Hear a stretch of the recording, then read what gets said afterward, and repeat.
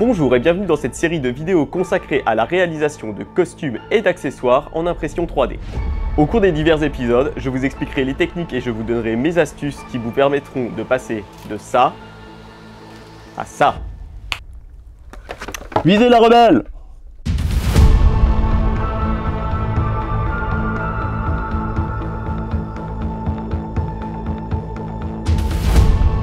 Bienvenue dans ce quatrième épisode qui va être dédié à la peinture. Avant de se lancer dans le vif du sujet, je vais faire un petit encart pour vous expliquer pourquoi je ne vais pas utiliser la pièce qu'on avait faite la dernière fois pour présenter les étapes de peinture.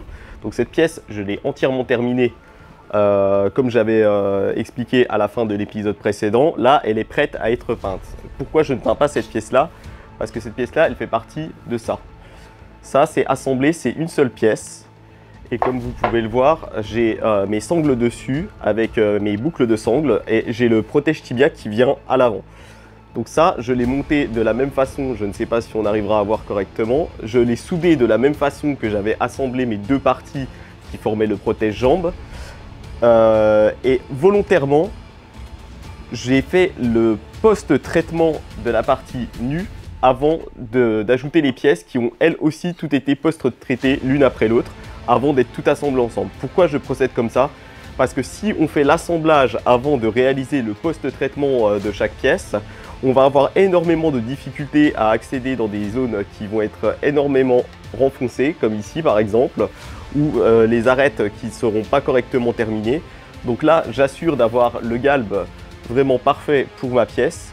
Ensuite seulement, j'ajoute mes sangles, mes boucles et puis le protège tibia.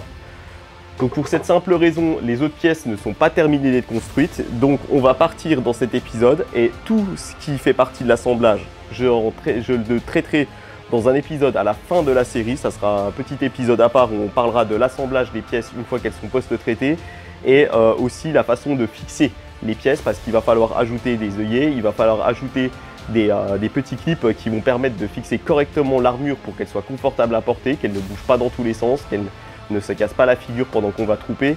Et tout ça, j'en parlerai à la fin. La chose qui est importante à retenir, c'est que tous les épisodes de la série ne sont pas forcément dans l'ordre dans lequel vous allez construire votre armure, puisque évidemment, l'assemblage des diverses pièces et l'assemblage des points qui vont permettre la fixation des diverses parties d'armure et les petites modifications qu'on aura à faire, je l'ai fait moi après avoir post-traité mes pièces, ce qui me facilite le travail, même si je dois reprendre la pièce parce que je l'abîme un petit peu pendant que je fais mes assemblages. Et par contre, je le fais évidemment avant d'entamer la première étape de peinture.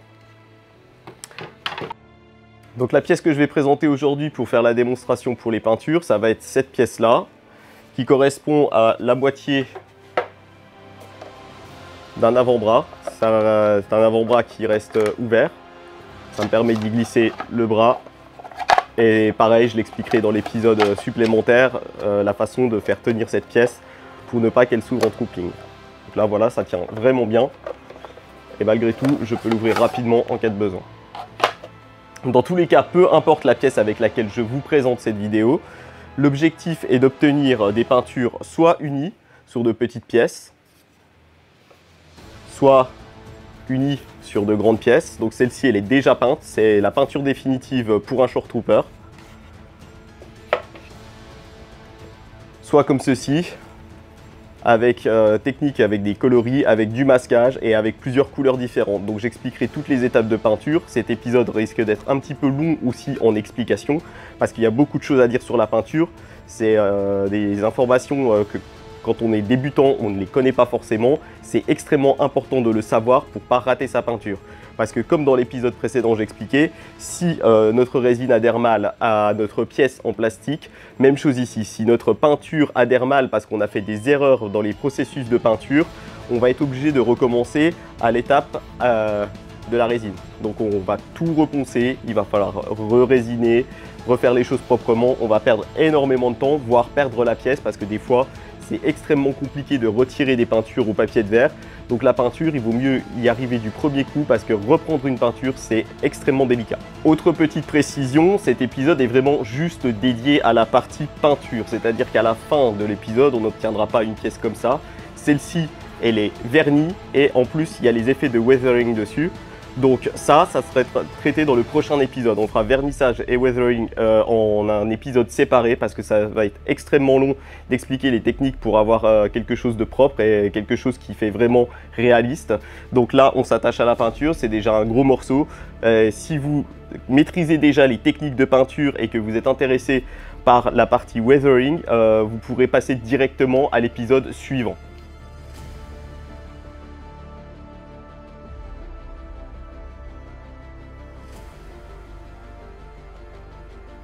Alors premièrement, quel matériel j'utilise quand je vais faire ma peinture? Alors la peinture, elle va se faire en plusieurs des étapes. Il va y avoir vraiment la préparation de la peinture.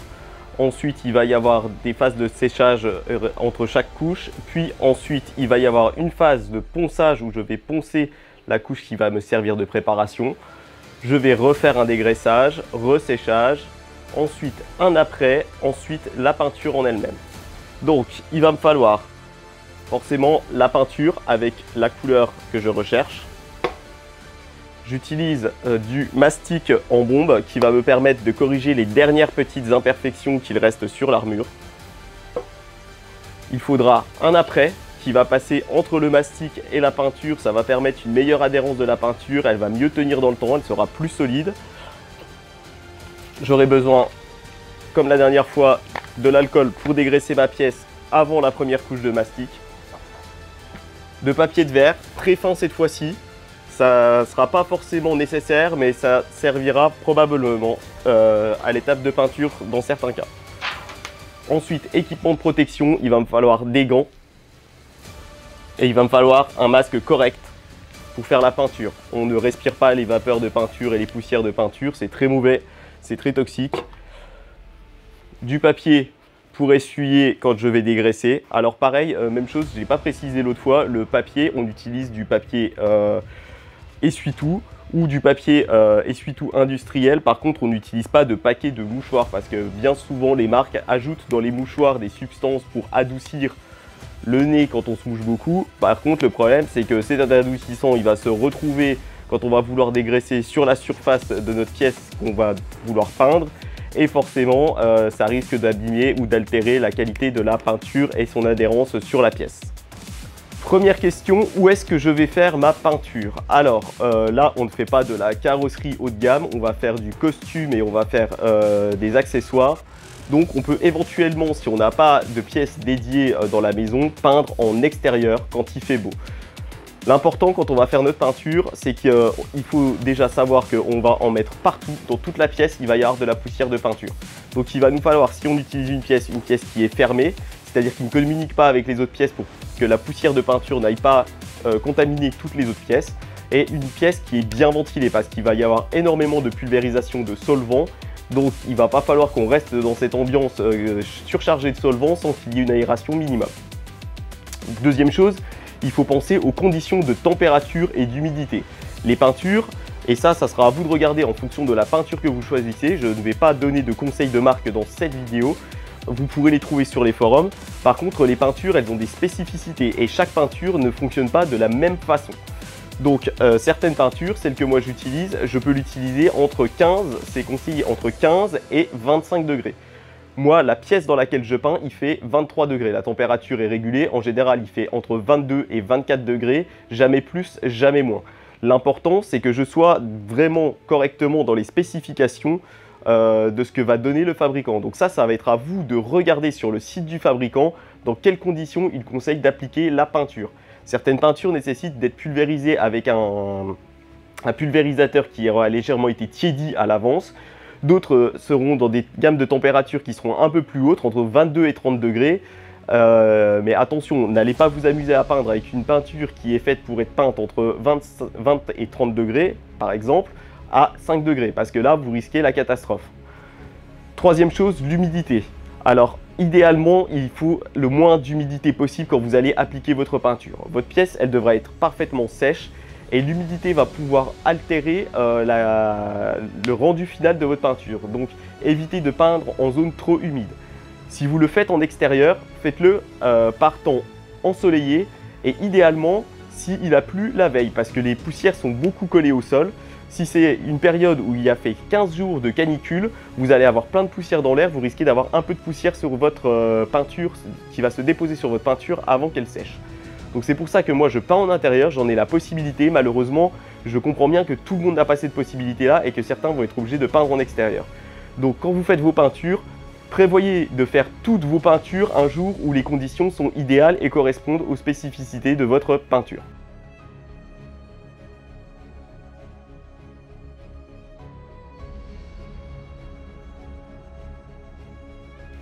La première étape dans mon processus de peinture, ça va être d'appliquer mon mastic en bombe.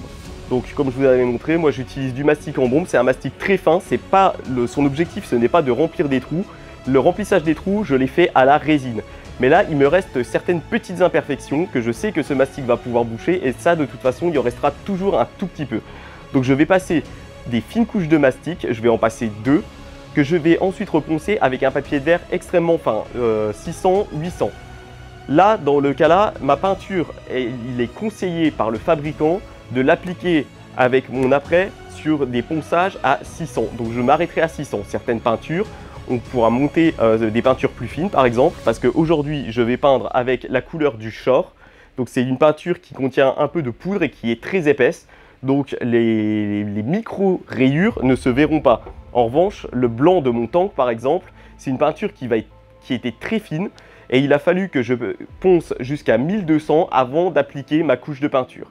Donc ça, pareil, c'est souvent écrit sur le site du fabricant de votre peinture. À vous de vous renseigner, de savoir comment la surface doit être préparée avant de poser votre peinture. Donc on passe à la première étape de la peinture. Ma première étape, ça va être, comme j'avais expliqué, d'appliquer mon mastic en bombe. Avant d'appliquer mon mastic en bombe, là, il va falloir qu'il adhère correctement à ma pièce. Là, c'est la résine. Je l'ai déjà nettoyé une première fois, redégraissé avec de l'alcool. Maintenant, je vais passer à l'étape de dégraissage avant la pose de mastic. Si vous ne posez pas de mastic, que vous posez directement votre apprêt, c'est la même chose. Donc, première chose, à partir de maintenant, je garde des gants. Pourquoi? Pour éviter de déposer de la graisse de mes mains, parce que même bien lavées, les mains restent légèrement grasses et risquent d'altérer l'adhérence de votre peinture. Donc, je vais garder mes gants jusqu'à ce que ma pièce soit prête et positionnée pour être peinte. Ensuite, je vais faire un premier dégraissage avec mon alcool à 99%.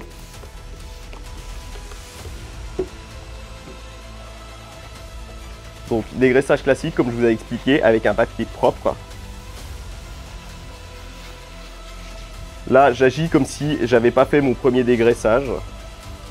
Alors avant de faire mon premier dégraissage, en général, je passe ma pièce au savon et au liquide vaisselle, ce qui enlève déjà une bonne partie des graisses et des choses que l'alcool ne retirera pas. Par exemple, si vous avez, je vais prendre un exemple bête, mais si vous avez une trace de sucre sur votre pièce, l'alcool va avoir beaucoup de mal à le retirer. L'alcool retire très bien les graisses, mais retire très mal certaines autres impuretés. Donc ça sera fait au liquide vaisselle et à l'eau tiède avant de passer à cette phase de dégraissage. Donc voilà, j'ai bien fait toute ma pièce. Toutes les zones qui doivent être peintes doivent être correctement dégraissées. Là, j'ai pas correctement fait mes tranches, donc je vais faire mes tranches. Et il faut louper aucune zone. Donc n'hésitez pas à repasser 2 fois dans cette étape, au même endroit.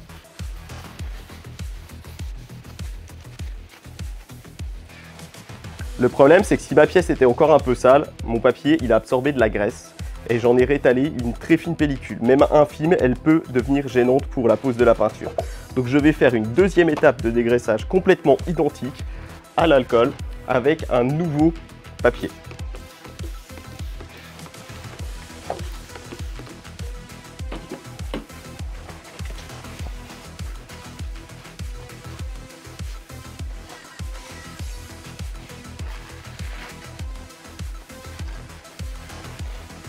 En n'oubliant pas correctement toutes les tranches qui vont devoir être peintes.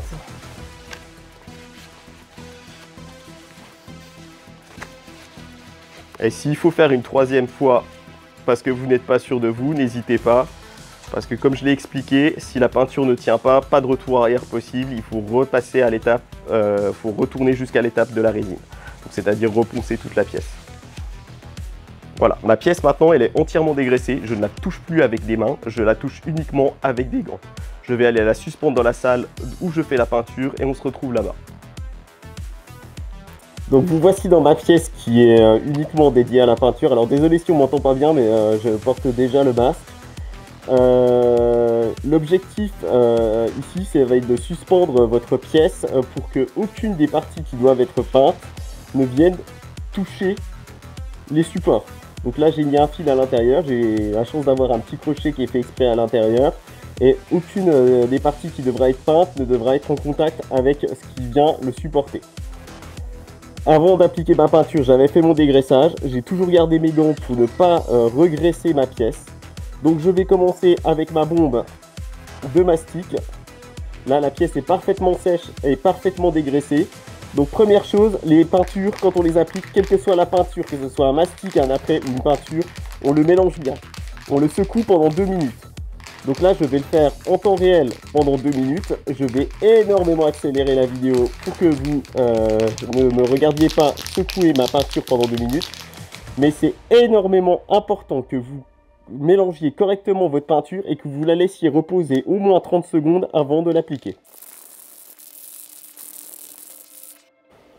Donc voilà, ma bombe est correctement mélangée, elle a eu le temps de reposer un petit peu. Je vais maintenant appliquer donc mon mastic en spray, donc qui est l'équivalent d'une peinture. Je vais l'appliquer sur toute la surface que je désire corriger et terminer. Et je vais le faire en très fine couche, à une distance. Alors pour ces bombes là, j'ai l'habitude de les utiliser parce que ça fait presque 10 ans que je les utilise. Avec ces bombes là, je garde une distance d'à peu près 20-25 cm. Pour la peinture a une texture différente, j'aurais tendance à m'approcher un petit peu plus. Regardez bien aussi la notice technique de votre peinture pour savoir à quelle distance vous devez pulvériser votre peinture. Dans tous les cas, quelle que soit la peinture ça s'applique en fine couche. On ne fait pas une seule grosse couche, on va faire des petites couches avec un temps de repos entre chaque pour avoir le meilleur rendu, la meilleure tenue et la meilleure qualité, tout en évitant les coulures. Donc il vaut mieux faire 5 petites couches qu'une seule grosse couche parce que vous éviterez les coulures, vous aurez un bien meilleur rendu. La seule différence, c'est que ça prend beaucoup plus de temps puisqu'évidemment, il va falloir laisser reposer entre chaque couche. Donc on passe tout de suite à l'étape de peinture. Je ne pourrai plus vous parler parce que je vais sceller mon masque et je ferai au pire les explications avec un petit encadré en off. Pour le mastic, quasiment comme pour la peinture, je vais de toute façon faire des pulvérisations à la distance recommandée par le fabricant de ma peinture. Je fais de légères pulvérisations, je ne fais pas de pulvérisation continue au même endroit, je fais de légers passages. Chaque passage doit laisser un voile sur la pièce.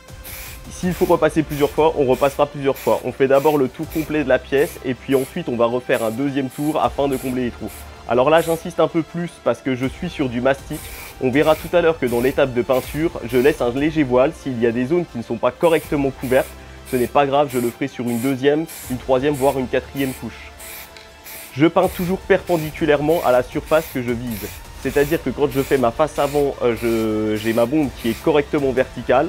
Et quand je vais faire d'autres angles, si je dois peindre sur un autre angle, je vais devoir tourner ma bombe afin d'être perpendiculaire à la surface que je désire peindre. Si on peint de façon non perpendiculaire à la surface, le dépôt de peinture va pas se faire correctement. Et avec certaines peintures, par exemple les peintures qui contiennent des pigments métallisés, on n'aura pas le même effet sur les zones où on n'aura pas peint correctement perpendiculairement. Et ça peut être très gênant pour le rendu final.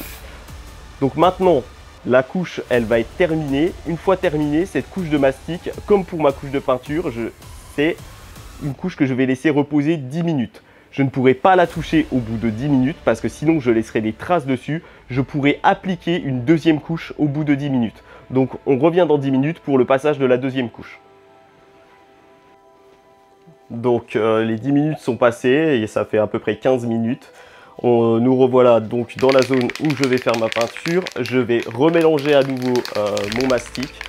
Donc même chose, je vais couper la vidéo pour ne pas vous faire passer 2 minutes de mélange. Mais à chaque fois, pensez bien à bien réhomogénéiser votre peinture, votre mastic ou votre après. Donc là, je fais bien attention de ne pas toucher ma pièce. Je la maintiens juste par le fil qui sert à la suspendre.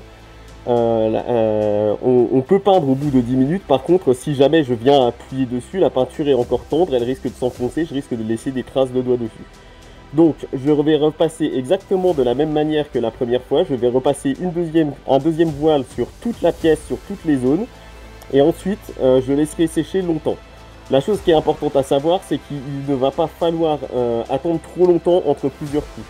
Parce que si au bout de 10 minutes, on peut repeindre la pièce, au bout de 24 heures, on n'aura pas forcément la même réaction avec les peintures. Ça veut dire qu'il va falloir reponcer un petit peu votre couche pour pouvoir réappliquer la couche suivante. Donc pour vous faciliter le travail, faites-le avec les temps recommandés de votre peinture. Si on vous dit de faire la deuxième couche au bout de 10 minutes, faites-la au bout de 10 minutes. Si c'est au bout de 40, faites-la au bout de 40. Mais n'attendez pas 3 jours avant de passer la deuxième couche. Parce que là aussi, vous risquez de vous exposer à des problèmes d'adhérence de la peinture. Donc on passe à la deuxième couche et puis on se retrouve ensuite pour les explications.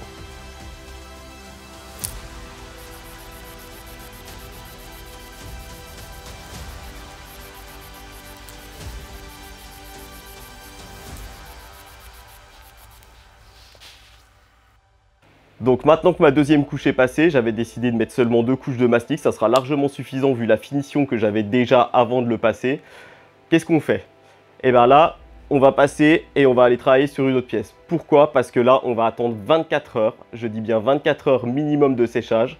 Honnêtement, là, pour les besoins de la vidéo, ça ne se verra pas. Mais je vais attendre 48 heures par sécurité. Pour quelle raison? Parce que là, je viens d'appliquer un mastic et il y restait des petites imperfections. Le mastic, quand il va sécher, il va se rétracter. Si on le ponce trop tôt et qu'il continue à se rétracter ensuite, on va le poncer parfaitement plat et la rétractation se faisant en pourcentage d'épaisseur de peinture va se faire de façon plus importante à l'endroit où il y aura plus de mastic, c'est-à-dire là où il y a des creux. Donc on va faire notre ponçage au bout de 24 heures. On va se dire chouette, ma pièce elle est parfaite. Et malheureusement, au bout de 3 ou 4 jours, la rétractation sera correctement terminée et la pièce sera parfaitement solidifiée. Par contre, derrière, on va avoir réapparition soit des lignes d'impression si vous avez utilisé du mastic pour combler des lignes d'impression, soit de vos imperfections. Donc, le mastic, là, je le laisse sécher 48 heures. Ensuite, je ferai un ponçage au papier de verre très fin pour qu'il soit parfaitement uniforme. Seulement après, je passerai à l'étape primeur et peinture. En attendant, rappelez-vous ce que je vous disais dans l'épisode précédent sur le besoin d'avoir plusieurs imprimantes. Non, pas besoin de plusieurs imprimantes parce que là, vous allez pouvoir commencer à traiter une autre pièce qui était en cours d'impression pendant que vous faisiez votre ponçage. Vous allez pouvoir commencer le ponçage et l'assemblage d'une autre pièce pendant que dans ces 48 heures-là, votre mastic sur la première pièce va sécher. Et vous procédez ainsi en travail à la chaîne, c'est-à-dire que pendant que certaines pièces sèchent, vous allez pouvoir en poncer d'autres. Vous allez pouvoir en assembler d'autres, vous allez pouvoir faire la résine sur d'autres. Et l'avantage, c'est que vous pouvez travailler votre projet en continu sans avoir à avoir des grosses phases d'attente. Si vous poncez d'abord toutes vos pièces et que vous attendez que toutes vos pièces soient prêtes avant de commencer l'étape de peinture, vous allez déjà vous retrouver avec un énorme problème de place pour exposer toutes vos pièces pour les peindre correctement. Et ensuite, vous allez devoir attendre longtemps entre chaque étape où vous ne pourrez pas travailler sur votre projet parce qu'il va falloir laisser des temps de séchage minimum pour s'assurer d'avoir une qualité finale sur vos pièces qui vous convient.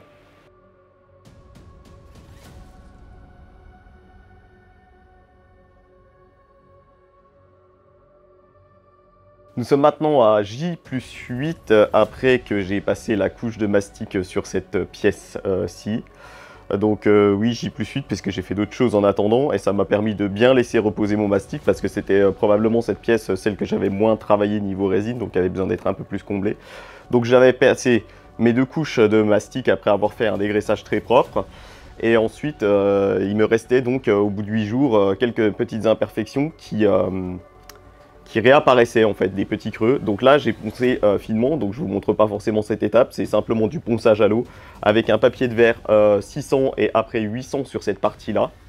Donc cette partie-là, je la touche avec des gants pour l'instant parce que je l'ai dégraissé hier soir. Chose importante, c'est qu'à partir du moment où vous avez appliqué votre première couche d'après ou de mastic, vous ne pouvez plus dégraisser avec de l'alcool à 99%. Parce que sinon vous allez redissoudre votre peinture, vous allez faire des traces énormes et il va falloir reponcer et recommencer. Donc là, le dégraissage, je l'ai fait hier soir. J'ai fait 2 étapes de dégraissage au savon et au liquide vaisselle avec de l'eau. Et j'ai laissé sécher la pièce toute la nuit pour qu'elle soit parfaitement sèche. Parce que c'est pareil, quand on fait les premiers dégraissages à l'alcool, ça a tendance à sécher très vite. Donc on peut peindre dans les 20 minutes qui suivent, on peut commencer à peindre. Là, clairement, il faut au moins 2-3 heures de séchage pour pas passer un chiffon dessus, laisser des traces du chiffon. Donc séchage à l'air ambiant. Et effectivement, du coup, j'ai laissé la peinture sécher toute la nuit. Donc cette pièce est entièrement dégraissée. On va passer à l'étape juste avant la peinture. Donc on va aller passer nos 2 couches d'après, ce qui va permettre d'améliorer l'adhérence de la peinture sur la pièce. Et on se retrouve là-bas pour la pose de l'après. Donc notre pièce elle est prête à être peinte à ce moment-là. Donc comme d'hab, le primeur on l'a bien mélangé, bien secoué. Il est à la bonne température. La pièce était dégraissée. J'utilise des gants, je n'avais touché la pièce qu'avec des gants. L'objectif maintenant c'est de passer 2 couches très fines sur toute la surface, avec un temps de séchage de 10 minutes à peu près entre les deux. Donc recommandation par le fabricant de mon après. Je passe les 2 couches d'après et après je vais faire toutes les explications sur l'après parce qu'il y a quand même plein de petites choses à dire pour pas se faire avoir. Donc les couches, comme d'habitude, un petit coup en l'air pour chasser les éventuels postillons et les petites bulles. Et ensuite 2 couches fines, donc exactement la même méthode qu'avec le mastic, sauf que là il va falloir faire attention d'être beaucoup plus éloigné parce que l'objectif c'est que la couche soit très fine. On n'est pas là pour combler. On est là pour appliquer une couche qui va permettre l'adhérence de la peinture sur la pièce. L'objectif, ce n'est pas de faire du remplissage ou de masquer complètement la surface.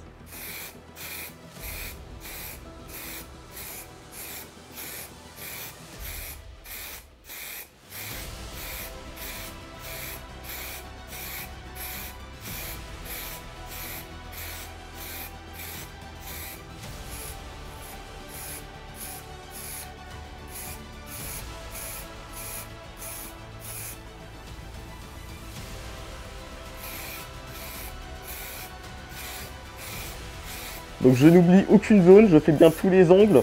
Les angles c'est important parce que c'est ce qui va s'écailler le plus facilement sur une armure.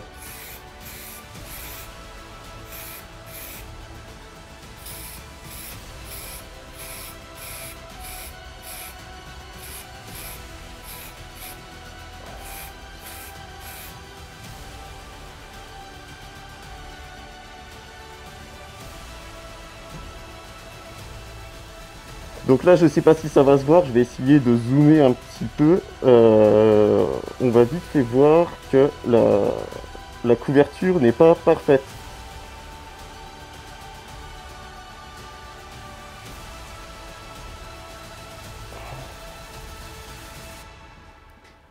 On voit encore des petites zones qui sont un peu plus foncées sur la pièce.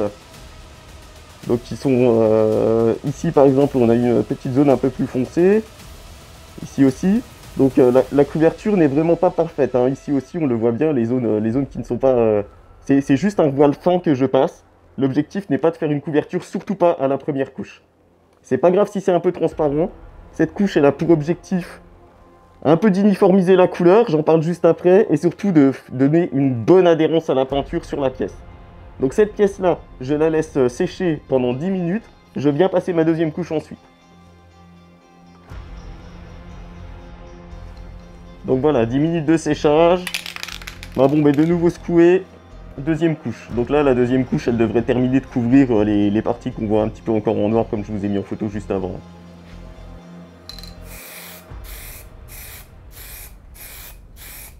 Et donc pareil, même chose. Fine couche.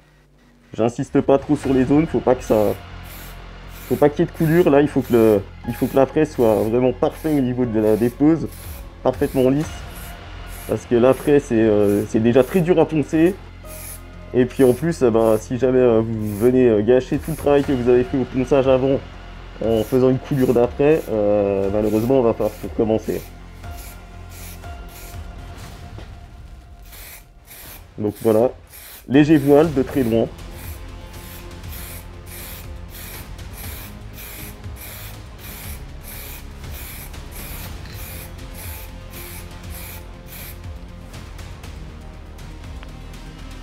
J'utilise la lumière pour voir si toutes les zones sont bien couvertes. Avec les reflets, ça se voit facilement en général.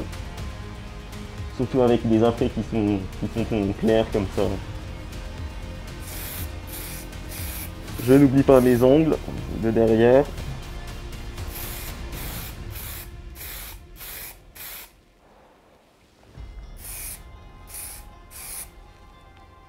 Et voilà, la pièce est terminée au niveau de l'apprêtage.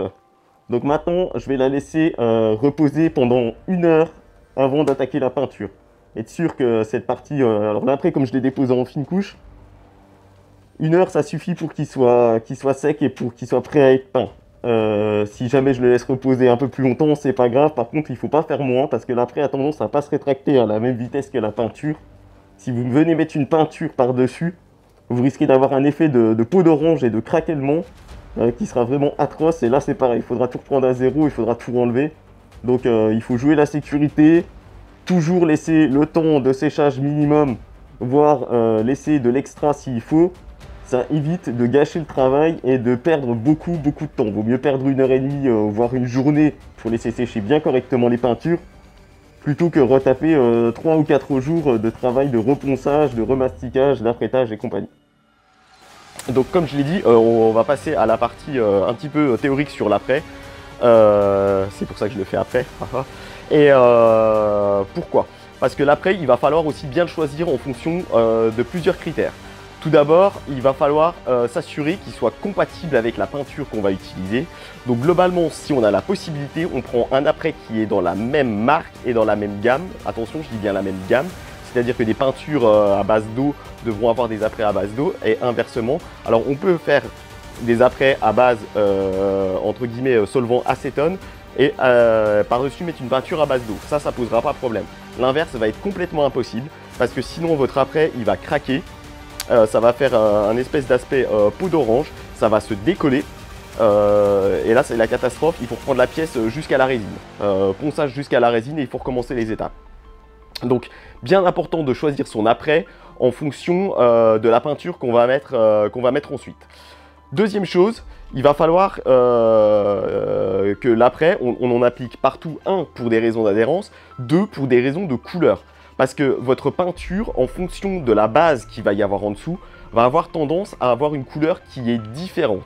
Donc je vais mêler ça avec un troisième aspect, c'est que la couleur de votre apprêt, vous allez devoir la choisir en fonction de la peinture et du rendu que vous voulez avoir dessus. Là, je vous ai fait un exemple. Alors c'était une pièce ratée, c'était une ancienne pièce, un avant-bras de short.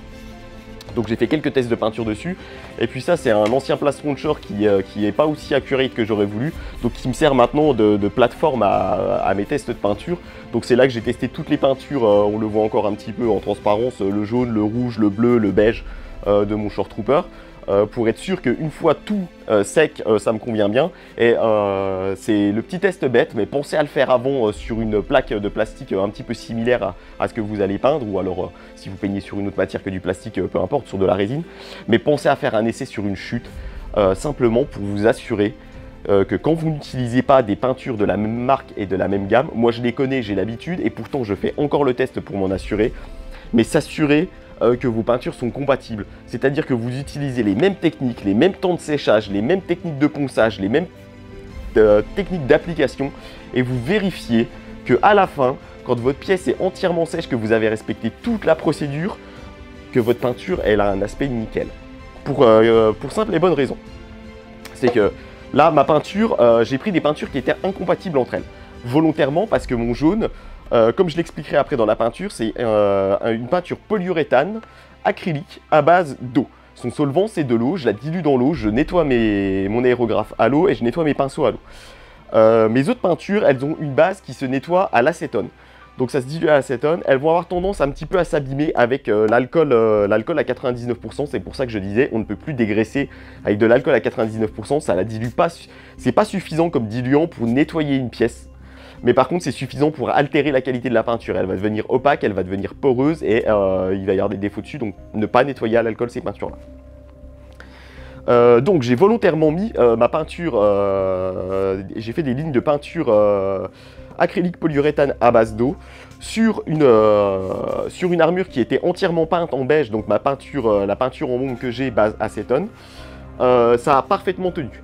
Ensuite, j'ai refait le test de passer une couche, alors ça c'est le blanc, c'était un reste de blanc que j'avais utilisé pour le tank, par-dessus. Ce qu'on peut noter, c'est que sur la partie qui était peinte en bleu, en beige et en rouge, alors là on voit quasiment plus le rouge parce que j'ai bien couvert, mais on le voit encore un peu par transparence, le blanc a parfaitement tenu. Par contre, j'avais fait une petite ligne jaune là, et je ne sais pas si ça va se voir. Cette petite ligne là, jaune, on peut voir que la peinture n'a absolument pas tenu dessus. Alors là, elle tient, elle est solide.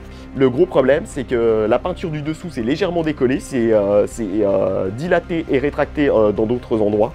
Donc là, j'ai un aspect peau d'orange qui est particulièrement atroce, qui se voit beaucoup.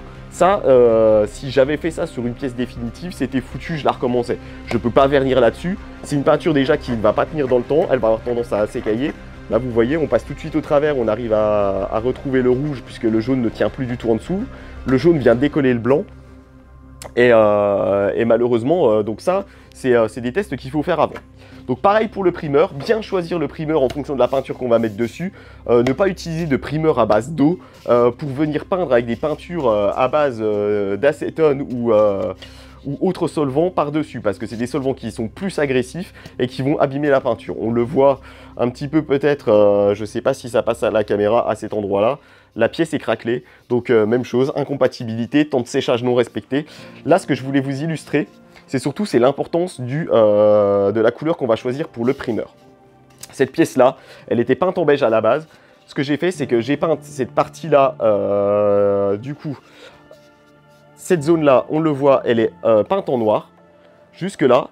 Puis ensuite, cette zone du dessous, je l'ai peinte en blanche. J'ai correctement laissé le temps de séchage dessus. Je suis venu peindre avec une bombe de peinture métallisée. C'est ce que je vous expliquais pour le métallisé. J'ai pris du métallisé, pourquoi? Parce que c'est l'exemple le plus flagrant, c'est ce qui va se voir le plus. Là, j'ai fait une couverture complète sur ces deux zones-là. J'ai laissé volontairement cette zone-là pour me rappeler où est-ce qu'était le noir, où est-ce qu'était le blanc. Mais cette zone-là, elle a une couverture complète. Il y a 3 couches épaisses et pourtant, on note une différence. Quelle que soit l'orientation de la pièce, on voit tout de suite que la partie qui était peinte en blanche, malgré les 3 couches qui étaient parfaitement couvrantes de peinture métallisée, la peinture métallisée apparaît plus claire sur la zone qui était blanche en dessous que sur la zone qui était noire. C'est le même effet qui va se produire sur toutes les peintures. C'est pour ça que c'est important que votre primeur soit uniforme sur toute votre armure. Raison pour laquelle quand j'ai terminé ma partie primeur, j'ai remis une couche de noir en peinture sur mon primeur pour que mon beige qui vienne dessus ait une sous-couche noire. Parce que toutes mes autres pièces, je les avais peintes avec un primeur en noir. Et malheureusement, il ne restait plus de primeur et il n'y en a plus de disponible actuellement. Il est en rupture de stock, le noir. Donc j'ai utilisé du primeur qui est de la même marque, de la même gamme, mais qui est gris clair, que j'avais utilisé pour le tank, pour avoir un blanc facile dessus. Parce qu'évidemment, si je peins en blanc, je ne vais pas m'amuser à utiliser un primeur noir en dessous. Il va me falloir 50 couches de blanc pour réussir à parfaitement couvrir et pour avoir un vrai blanc bien brillant et pas un espèce de blanc cassé. Donc c'est le gris que j'avais utilisé pour le tank. Pour le short, il est utilisé dans le film un primeur qui est de couleur marron très foncé. Le primeur marron très foncé, je ne le trouve pas facilement à disposition, je suis obligé de le faire livrer, alors que là, le gris et le noir, je l'avais directement au magasin, c'est pour ça que j'utilise le noir. La différence, elle est quasiment pas notable et de toute façon, toute mon armure est faite en noir. Donc, chose bien importante, là, vous voyez, on voit nettement la zone de délimitation. Cette partie-là était noire, cette partie-là était blanche. Cette partie-là, maintenant, donne un aspect d'aluminium brossé, alors que cette partie-là donne plus l'aspect d'un inox ou d'un acier brossé. Là, si clairement, j'avais pas uniformisé ma sous-couche sous la peinture beige, ça aurait été la même chose. Je me serais retrouvé avec un beige qui était différent, ça fait un aspect de tache. Donc c'est énormément important et c'est pour ça qu'on va couvrir toute notre pièce avec le primeur, parce qu'en plus d'apporter une adhérence correcte à la peinture, ça va apporter une sous-couche qui va avoir une couleur uniforme et ça va permettre à votre pièce finie d'avoir une couleur vraiment uniforme sur toutes vos peintures. Si jamais votre pièce, il reste des traces noires et que vous utilisez un primeur qui est très clair, que vous ne couvrez pas parfaitement avec votre primeur, vous êtes quasiment assuré, à moins que vous mettiez une dizaine de couches de peinture, ce qui serait totalement ridicule, vous êtes quasiment assuré qu'au fil du temps, la couleur de vos zones qui ne sont pas correctement apprêtées vont ressortir. Donc raison importante, choix du primeur et même chose pour le choix des couleurs. Si je dois peindre des zones qui doivent être uniformes, il faut que leur sous-couche soit uniforme. Ça, c'est primordial pour toute la peinture, pour la partie, toutes les parties peinture, pour la partie weathering, ça sera la même chose. Le weathering, si je l'applique sur une peinture qui n'est pas uniforme, il sera forcément pas uniforme. Donc voilà, mes deux couches d'après sont passées. J'ai passé une couche de noir, comme je l'ai expliqué, pour avoir une couleur uniforme avec mes autres pièces, parce que mes autres pièces avaient un après noir. Et le gros souci, c'est que je n'avais plus d'après noir en stock, donc j'ai été obligé de faire comme ça avec l'après gris. Donc j'utilise comme si j'avais l'après noir. La peinture est strictement identique au niveau du grain par rapport à l'après. Et maintenant, je vais passer deux couches de peinture. Alors deux couches assez épaisses. La peinture que j'utilise là pour le short, c'est une peinture qui a une espèce de poudre dedans, qui l'épaissit beaucoup. Et l'objectif, c'est de passer deux couches. Alors cette peinture, elle est particulière parce qu'elle est très épaisse. Et le gros problème qu'elle a, c'est qu'elle va avoir tendance à facilement couler si je fais n'importe quoi avec. Et en plus, elle va être très longue à sécher. Globalement, je pourrais toucher la peinture à partir de 24 heures. Pas avant, alors que mes autres peintures, au bout de 2-3 heures, je peux déjà les toucher à la main sans risquer de faire de traces dedans. Donc, mes deux couches de peinture. Et puis ensuite, on va passer à la phase suivante pour les explications, c'est-à-dire quand on va devoir faire des marquages avec des couleurs sur les pièces. Et c'est parti pour la peinture.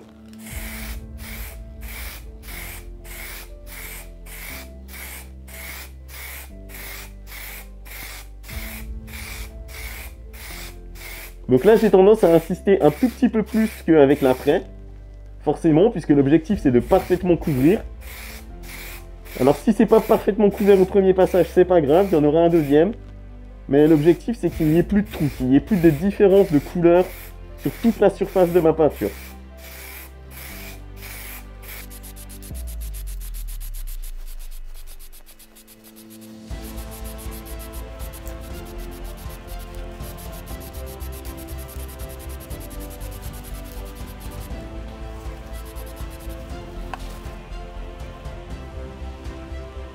Donc voilà, là je suis satisfait de la couche. Je vais la laisser sécher pendant...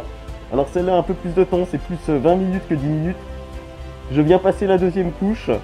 Et ensuite, cette pièce, globalement, elle sera terminée pour la partie peinture.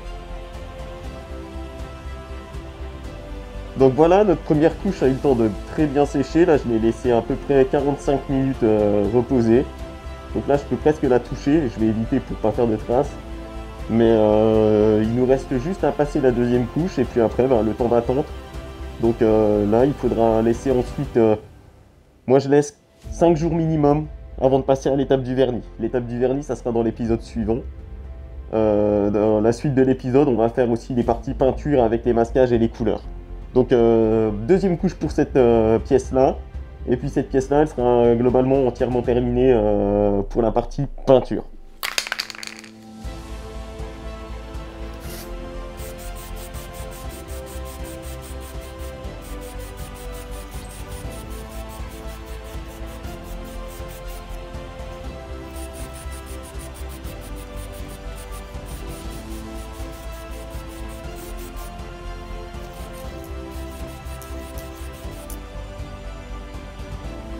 Donc voilà, j'ai mis une couche assez épaisse là.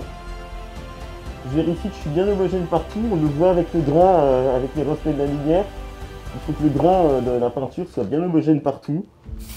Ça permet de s'assurer que la couche est homogène. Et ça, sur toutes les couches à chaque fois, il faut bien penser à le faire.